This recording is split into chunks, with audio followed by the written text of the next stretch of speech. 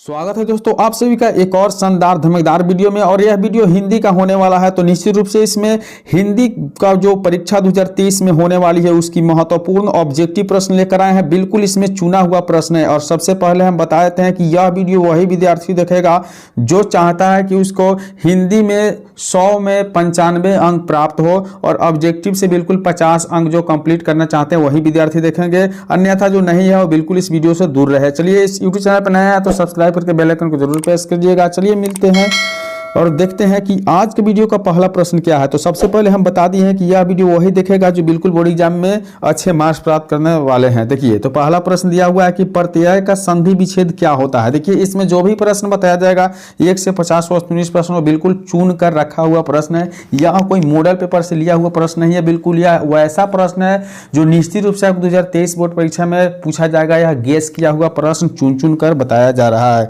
तो इस प्रश्न का जो है उत्तर होगा आपको प्रतिजोड़ अय। ठीक है, याद करके रखना है कि प्रत्यय का संधि विच्छेद जो होता है प्रतिजोड़ अय होता है। अगली प्रश्न देख लेते हैं। दिया हुआ है कि द्विवेश का सही संधि विच्छेद क्या है। द्विवेश का सही संधि विच्छेद क्या है, तो इसकी सही उत्तर है, आपको याद रखिएगा, देव जोड़ ईश जो है द्विवेश का संधि विच्छेद होता है। ठीक है, एक एक वीडियो आपके लिए महत्वपूर्ण है इस चैनल के द्वारा, तो इस चैनल को सब्सक्राइब कर लेना है और इस वीडियो को तो शुरू से अंत तक जरूर देखिएगा, क्योंकि इसमें जो भी प्रश्न है वो चुनकर बताया हुआ प्रश्न है। अगली प्रश्न देख रहे हैं। दिया हुआ है कि अतियुक्ति में किन किन वर्णों की संधि हुई है। अतियुक्ति जब शब्द बना है तो उनमें किन किन वर्णों की संधि हुई है, याद करके रख लीजिएगा। हर्षई और दीर्घऊ क्या है, हर्षई और हर्षऊ जो है लगा हुआ है। चलिए अगली प्रश्न देख लेते हैं। 4वां प्रश्न दिया हुआ है कि अन्वेषण का सही संधि विच्छेद क्या है। अन्वेषण का सही संधि विच्छेद क्या है, तो याद करके रखिएगा, अनु जोड़ एसन जो है अन्वेषण का सही संधि विच्छेद है। अगली प्रश्न देख लेते हैं। दिया हुआ है कि स्वागत का सही संधि विच्छेद क्या है। बिल्कुल हम लोग अभी इंपॉर्टेंट प्रश्न देख रहे हैं जो बिल्कुल आसान है। आगे हम लोग वीडियो में बहुत भारी प्रश्न और बहुत बोर्ड लेवल जो प्रश्न होता है इंपॉर्टेंट वही प्रश्न मिलेगा। तो स्वागत का संधि विच्छेद यहाँ क्या हो जाएगा, तो इसका सही उत्तर है सु जोड़ आगत जो होता है स्वागत का सही संधि विच्छेद होता है। अगली प्रश्न देख लेते हैं। दिया हुआ है कि गिरिंद्र में किन किन वर्गों का सेल हुआ है, मतलब गिरिंद्र में किन किन वर्णों का मेल हुआ है, संधि हुई है, यह पूछा जा रहा है। तो इसकी जो सही उत्तर है देख लेते हैं, तो क्या है, हर्षई जोड़ दीर्घई का मेल जो हुआ है गिरिंद्र में। चलिए अगले प्रश्न देख लेते हैं। दिया गया है कि नयन का सही संधि विच्छेद क्या है। हम लोग थोड़ा सा फास्ट पढ़ने की कोशिश इसलिए कर रहे हैं ताकि आपका वीडियो बहुत जल्दी कंप्लीट हो जाए और आप पूरे प्रश्न का आंसर जान सके। ठीक है, नयन का सही संधि विच्छेद क्या है, तो इसकी सही उत्तर जो है ऑप्शन सी अर्थात ने जोड़ अन क्या है, ने जोड़ आर। वीडियो अगर अच्छा लग रहा हो तो एक प्यारा सा कमेंट जरूर करके बताइएगा और चैनल पर नया है तो सब्सक्राइब करके बेल आइकन को जरूर प्रेस कीजिएगा। चलिए देखते हैं अगला प्रश्न जो दिया हुआ है 8 नंबर प्रश्न की, खिचड़ी कैसा शब्द है।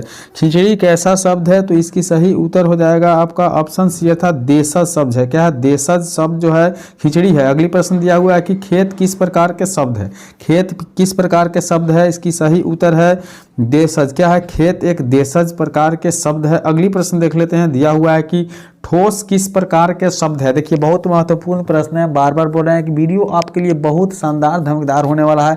बिल्कुल आप 10 मिनट इस वीडियो में दे दीजिए और हिंदी का जो है प्रॉब्लम होगा बिल्कुल खत्म हो जाएगा। इसमें वही प्रश्न बताया जा रहा है जो निश्चित रूप से बोर्ड एग्जाम में पूछे जाएंगे और इंपॉर्टेंट प्रश्न। ठीक है, तो ठोस किस प्रकार के शब्द है, याद करके रखिएगा कि देशज शब्द है, ठोस भी है देशज शब्द। अगली प्रश्न देखते हैं। दिया हुआ है कि जिसके शिखर पर चंद्र हो के लिए एक शब्द क्या होता है। जिसके शिखर पर चंद्र होता है उसके लिए एक शब्द क्या होता है, तो चंद्रशेखर होता है। अगली प्रश्न देख लेते हैं। दिया हुआ है कि निम्नलिखित में कौन सा शब्द कृदंत है। निम्नलिखित में कौन सा शब्द कृदंत है, बिल्कुल 2023 बोर्ड परीक्षा में पूछे जाएंगे यह प्रश्न। बिल्कुल यह वीडियो इंपॉर्टेंट होने वाला है और इस चैनल के द्वारा बहुत सारा वीडियो बनता है जो आपके लिए इंपॉर्टेंट है, तो बिल्कुल जाकर वहां से वीडियो नहीं देखे हो तो निश्चित रूप से देख लीजिएगा। ठीक है, तो इसकी जो सही उत्तर हो जाएगा आपका क्या हो जाएगा, सवैया। ठीक है, निम्नलिखित में कौन शब्द कृदंत है, तो सवैया शब्द जो है कृदंत है। अगली प्रश्न देखते हैं। दिया हुआ है कि निम्नलिखित में कौन सा शब्द तद्धित है। क्या है, कौन सा शब्द जो है तद्धित है, इसकी भी सही उत्तर आपका हो जाएगा गठरी। गठरी जो है आपका तद्धित शब्द है, याद करके रखिएगा। अगली प्रश्न देख लेते हैं। दिया हुआ है कि नायक में किन किन वर्णों की संधि हुई है? नायक में जो है किन किन वर्णों की संधि हुई है?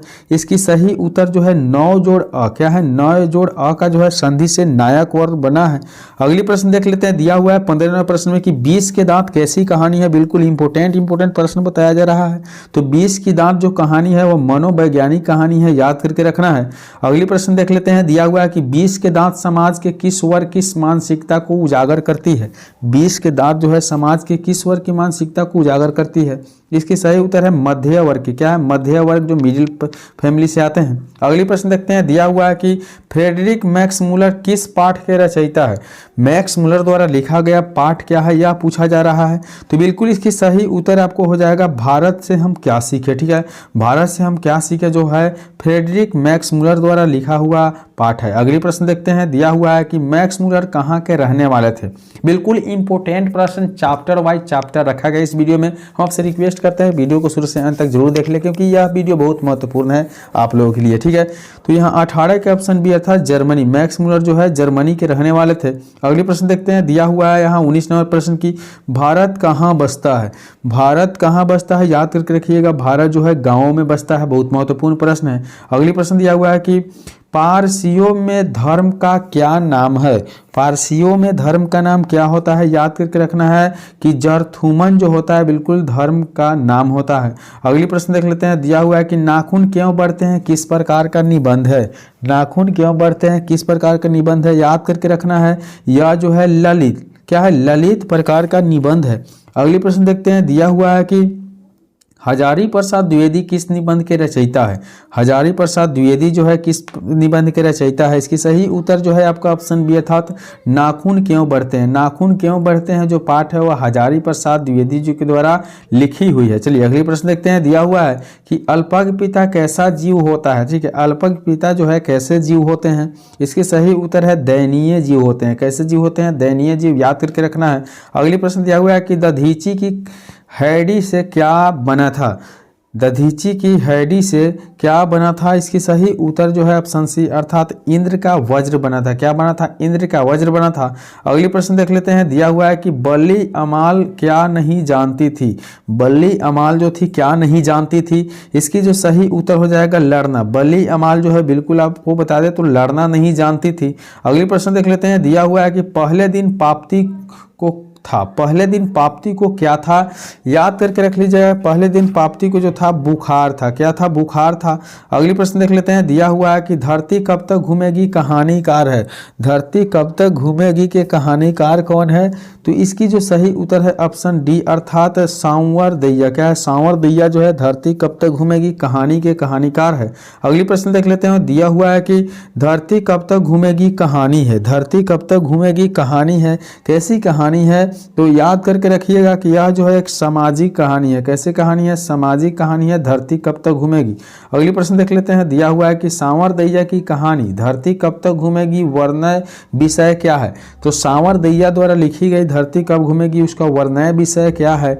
याद करके रख लीजिएगा कि क्या है? राजस्थानी समाज का जो है वर्णय विषय है। अगली प्रश्न देख लेते हैं, दिया हुआ है कि धरती कब तक घूमेगी की नायिका है? धरती कब तक घूमेगी की नायिका कौन है?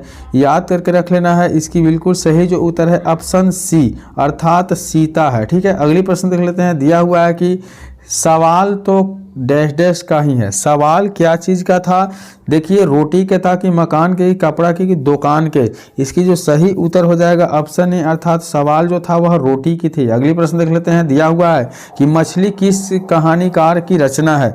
मछली किस कहानीकार की रचना है? इसकी सही जो उत्तर हो जाएगा ऑप्शन डी अर्थात विनोद कुमार शुक्ल का रचना जो है मछली है। अगली प्रश्न देखते हैं, दिया हुआ है कि मछली किस प्रकार की कहानी है? मछली किस प्रकार की कहानी है? तो बिल्कुल आप याद करके रखिए कि मछली जो है एक सामाजिक कहानी है। अगली प्रश्न दिया हुआ है कि महाविद्यालय पुस्तक से कौन सी रचना संकलित है? महाविद्यालय पुस्तक से कौन सी रचना संकलित है? याद करके रखना है कि मछली। क्या है? मछली। अगली प्रश्न देख लेते हैं, दिया हुआ है कि मछली कहानी में किस वर्ग के जीवन का वर्णित किया गया है? मछली कहानी में किस वर्ग के जीवन का वर्णित किया गया है? इसकी सही उत्तर जो है आपका निम्न मध्यम वर्ग का। क्या है? निम्न मध्यम वर्ग। अगली प्रश्न देख लेते हैं, दिया हुआ है कि संतु नरेन आपस में कौन है? संतु नरेन आपस में कौन है? इसकी सही उत्तर जो हो जाएगा भाई भाई है संतू नरेन। अगली प्रश्न देखते हैं, दिया हुआ है कि नौबत खाने में इबादत पाठ के लेखक कौन है। नौबत खाने में इबादत पाठ के लेखक कौन है, इसकी सही उत्तर है, याद करके रख लीजिएगा, यतीन्द्र मिश्रा। क्या है, यतीन्द्र मिश्र है। अगली प्रश्न देखते हैं, दिया हुआ है कि बिस्मिल्लाह खां का असली नाम क्या था। बिस्मिल्लाह खां का असली नाम क्या था, ये भी याद करके रखना है कि अमीरुद्दीन। क्या है, अमीरुद्दीन था बिस्मिल्लाह खां का असली नाम। अगली प्रश्न देख लेते हैं, दिया हुआ है कि बिस्मिल्लाह खां का जन्म कहाँ हुआ था। बिस्मिल्लाह खां का जन्म कहाँ हुआ था, याद करके रखना है कि डुमराव गांव में बिस्मिल्लाह खां का जन्म हुआ था। अगली प्रश्न दिया हुआ है कि भरपेट में कौन सा समास है। भरपेट में कौन सा समास है, इसकी सही उत्तर है अव्ययी भाव समास। बिल्कुल, हम लोग 1 से 40 वस्तुनिष्ठ कंप्लीट कर लिए हैं इस वीडियो में। बाकी के बचे हुए 60 ऑब्जेक्टिव जो है हम नेक्स्ट वीडियो में बनाएंगे। तो यदि वीडियो आपको अच्छा लगा हो तो एक प्यारा सा कमेंट करके अपना राय दे सकते हैं, और चैनल पर पहली बार है तो सब्सक्राइब करके बेल आइकन को जरूर प्रेस कीजिएगा। चलिए मिलेंगे अगले वीडियो में, तब तक के लिए बाय।